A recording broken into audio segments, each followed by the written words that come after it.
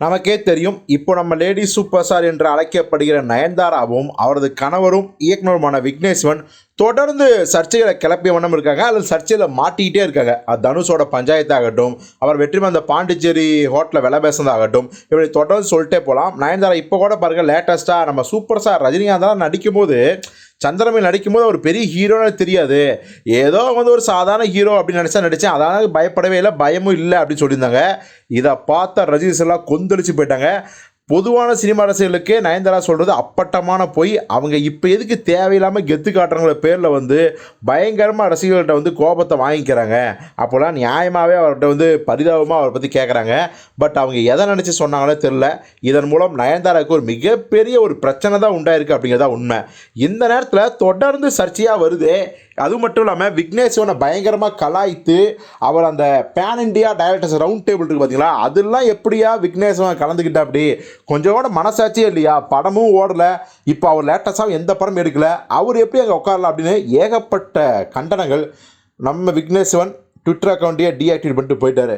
So இதையெல்லாம் பார்த்த நயன்தாராவர்கள் இப்போ என்ன சொல்லியிருக்காங்கன்னா, நானும் விக்னேஸ்வனும் கல்யாணம் பண்ணதே தப்போ அப்படின்னு நினைக்கிற அளவுக்கு ஆயிடுச்சு அப்படின்னு ஓப்பனாகவே சொல்லியிருக்காங்க. ஏன்னா நிறைய நேரங்களில் ஏன்டா கல்யாணம் பண்ணோன்னு நாங்கள் யோசிச்சுருக்கோம். நான் கல்யாணம் செஞ்சதை நினச்சி நிறைய முறை நான் வருத்தப்பட்டிருக்கேன். என்னை எல்லாருமே விக்னேஸ்வனோட ஒப்பிட்டு பேசுறது வருத்தமாக இருக்குது, அது அர்த்தமற்றதாகவும் இருக்குது.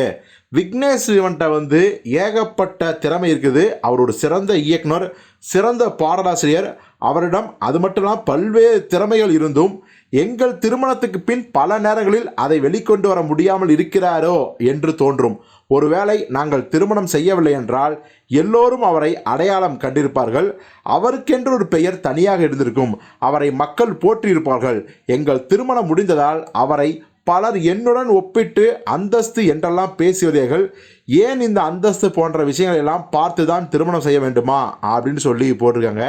இப்போ பார்த்தீங்கன்னா இதை எப்படி எடுத்துக்கிறாங்கன்னா, ரெண்டு விதமாக எடுத்துக்கிறாங்க.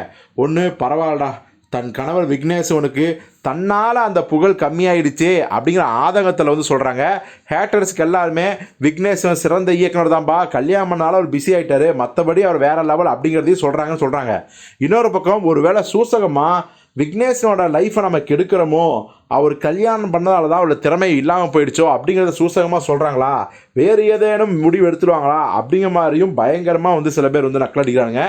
எது வெளிச்சம் எது உண்மை அப்படிங்கிறது சம்மந்தப்பட்ட நயன்தாராவுக்கு மட்டும்தான் தெரியும்.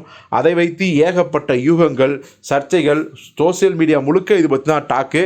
ஸோ இதை பற்றி நீங்கள் என்ன நினைக்கிறீங்க அப்படிங்கிறத கமெண்ட்டில் சொல்லுங்கள். இல்லை விக்னேஷோட நம்ம பிரதீப் ரங்கநாதன் நடிச்சிட்டு இருக்க அந்த லைக் படம் வந்துச்சுன்னா அவர் நானும் ரவுடிதன் மாதிரி ஒரு சூப்பர் டூப்பர் ஹிட்டு கொடுத்து வெளிச்சத்துக்கு வந்துவார் நினைக்கிறீங்களா? இது பற்றி உங்கள் கருத்தை கமெண்ட்டில் சொல்லுங்கள்.